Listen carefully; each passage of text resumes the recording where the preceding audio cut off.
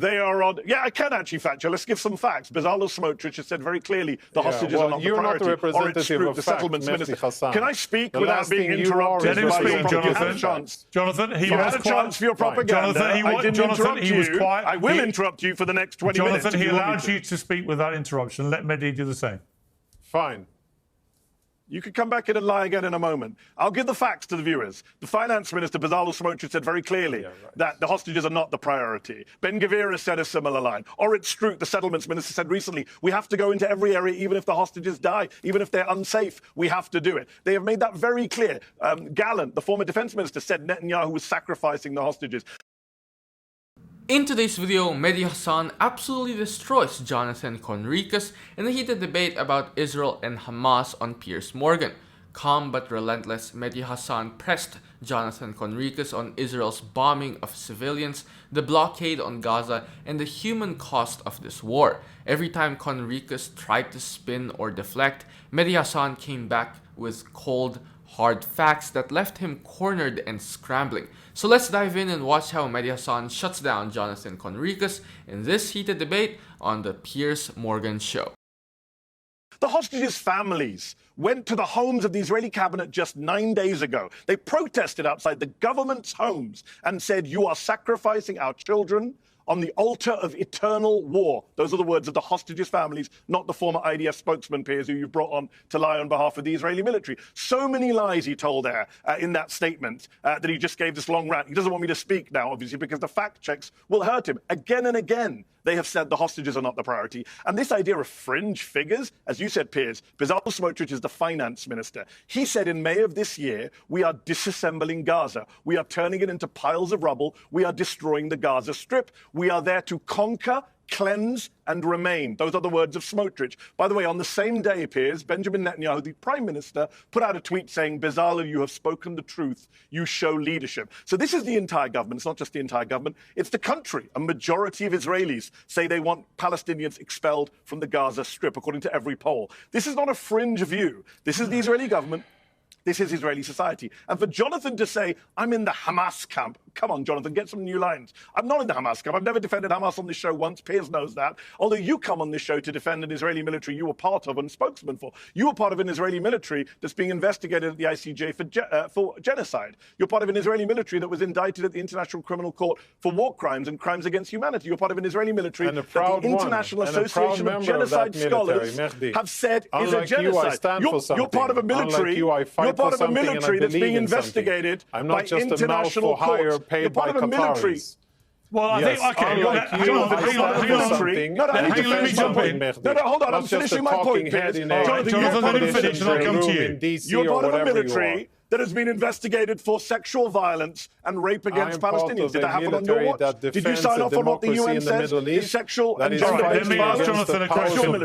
Okay, Jonathan. A military that bombed a hospital last week, Jonathan. Okay, your military bombed a hospital. Let me ask Jonathan an IDF question. Bombed a hospital. Let me ask Jonathan. Only a sociopath would defend that. All right, let me ask Jonathan a question, which is, as a former IDF man and spokesman, it is reported that behind the closed-door overnight meeting, IDF's Chief of Staff, Major General Il Zamir, vehemently opposed a Gaza City takeover, which he has repeatedly warned would endanger the lives of his soldiers and the remaining hostages held by Hamas. That was the Times of Israel reporting that. Are you not concerned as a former IDF man that the guy who's the Chief of Staff of the IDF right now thinks this is a disastrous policy in the making? Yeah, so this is the first time in the program that we're actually talking something that's grounded somewhere close to facts, not all of the nonsense that Mehdi was spewing out. And by the way, I'll answer the question, Piers, but by the way, Mehdi, I quoted Let him speak, Mehdi. Deal with the Smotrich quote. No, you've been misrepresenting, cherry-picking. No, don't talk over each other, Mehdi. Let Jonathan speak. Cherry-picking anything. Let him answer my question. We conquer, cleanse, and remain in Gaza.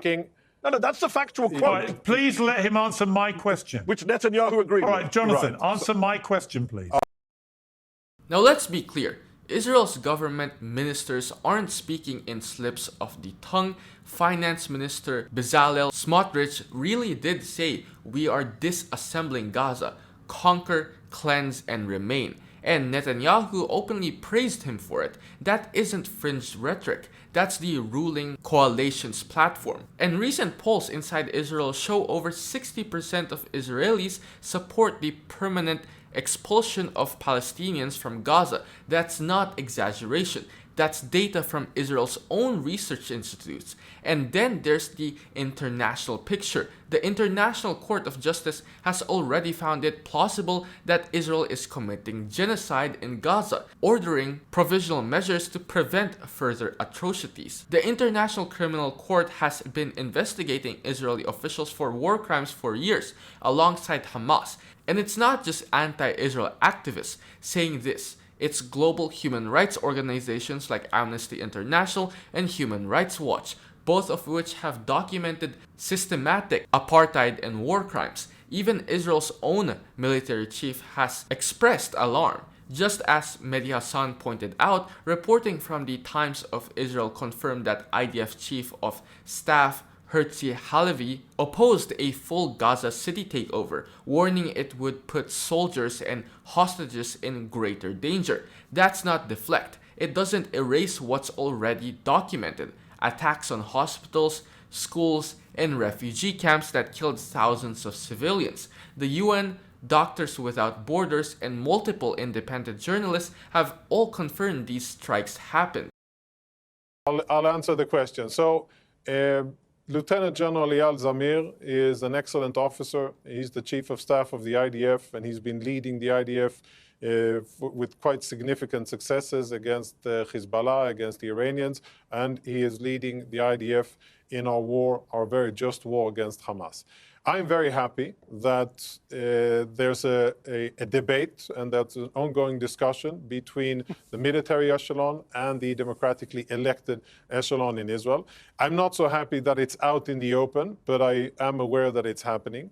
And I would say that what I read of the reported statements, which I have from pretty reliable sources they're more or less accurate, maybe not really the tone and the intensity, but a lot of it is accurate.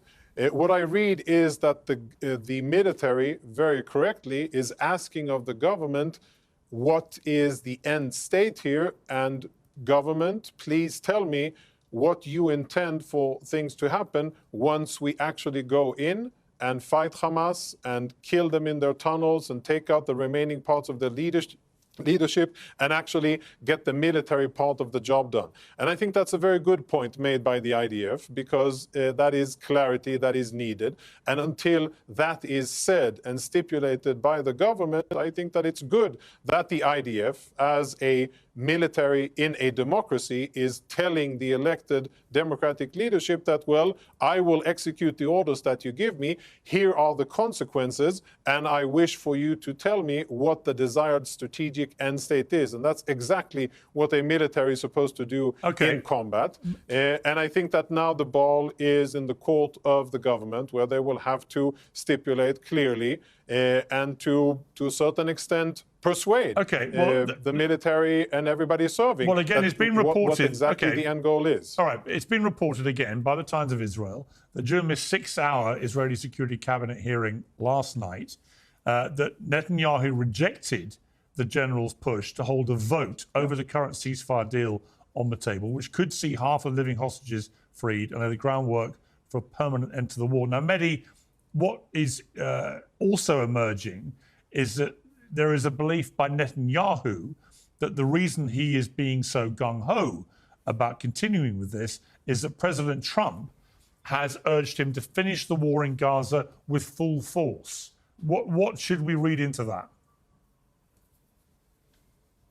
Yeah, I think we should read into that Donald Trump is 100% behind Netanyahu, as some of us warned he would be. I think there were some people who thought that there would be some daylight between Trump and Netanyahu, that Trump would somehow be better on Gaza than Biden and Harris were. And that's, as I've told you before, Piers, your pal Donald is full on the ethnic cleansing, the ridiculous Gaza Riviera plan, allegedly involving Tony Blair and Jared Kushner at the White House. Outrageous. open plans for ethnic cleansing, all signed off on by Donald Trump, who said earlier this year that Palestinians will have to leave Gaza and not come back, which is the definition of ethnic cleansing. That is what Israel and the American government are planning and cooking up for the people of Gaza. It's why the world has now turned belatedly against Israel and on this genocide, because it's so brazen what they're doing in terms of the man-made famine, in terms of the ethnic cleansing, all of this stuff. And, the hostage canard keeps being put forward. Jonathan said earlier, it's a partial deal. Yeah, that's what the Israelis wanted.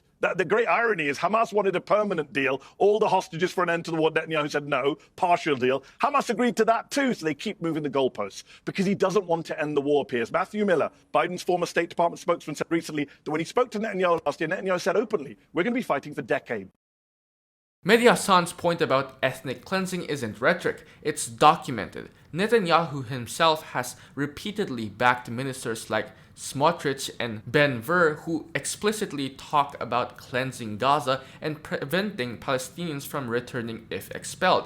Earlier this year, Trump openly echoed that by saying Palestinians should leave Gaza and not come back. That's not defense. That's dictionary definition of ethnic cleansing. And it's why human rights groups like Amnesty International and Human Rights Watch have accused Israel of apartheid and population transfer. And let's talk about the so-called hostage deals. Independent reporting has shown Hamas did signal willingness for a full exchange, all hostages for a permanent ceasefire. But Netanyahu rejected it, even against pressure from hostage families themselves. The Israeli leadership prefers a partial deal precisely because a permanent ceasefire undermines their political strategy of endless war. That's not conjecture. Netanyahu reportedly told US officials he expects Israel will be fighting in Gaza for years, even decades. On top of that, famine and disease are now being deliberately weaponized. The UN and World Food Program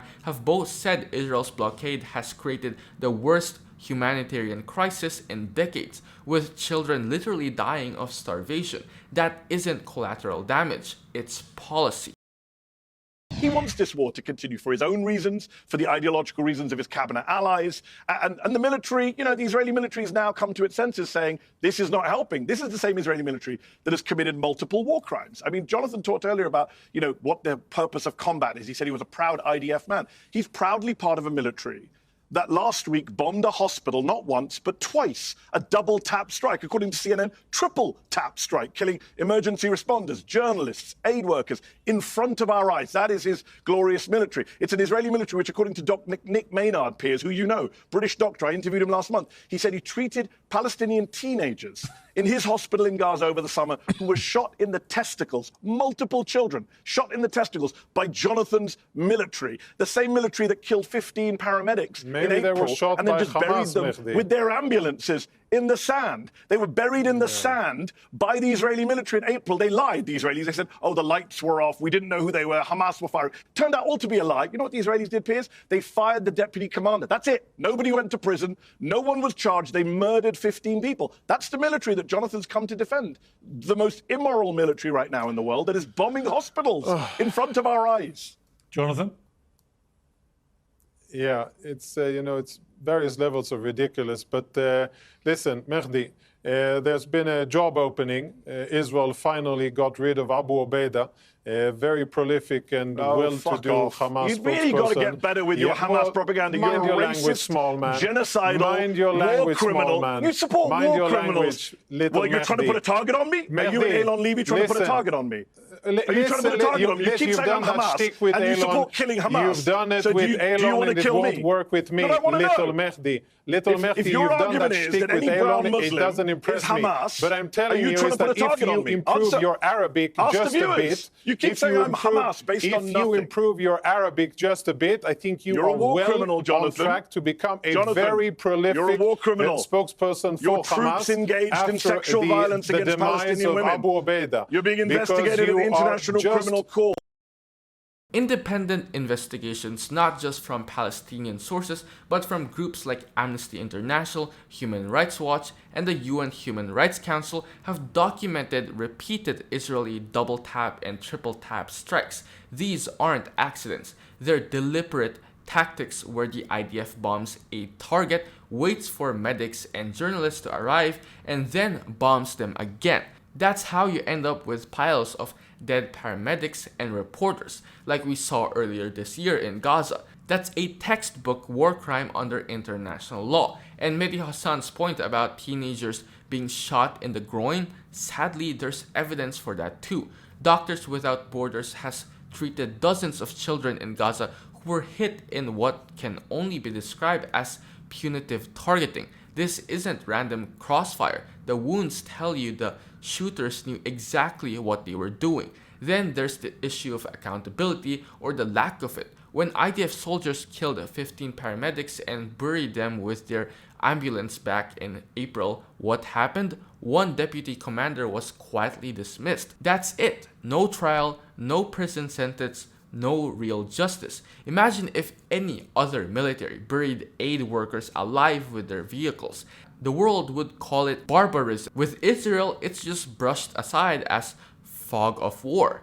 And the biggest point here, Jonathan's military is currently under investigation at the International Criminal Court of War Crimes and Crimes Against Humanity. And Israel is also being examined at the International Court of Justice for genocide. That's not hyperbole, those are ongoing international legal cases, backed by mountains of evidence. Pause. Are you getting tired of getting half the story from biased news sources? One outlet says one thing and another says the complete opposite. How are you supposed to know what's actually true? That's where ground news comes in. It lets you compare how different media outlets, left, right, and center, are covering the same story. So you can see the full picture instead of just the echo chamber. And here's the best part. Click the link in the description and get 40% off the Vantage tier, which gives you even deeper insights into media bias and political trends. Stay informed, think for yourself, and check out ground news in the description down below.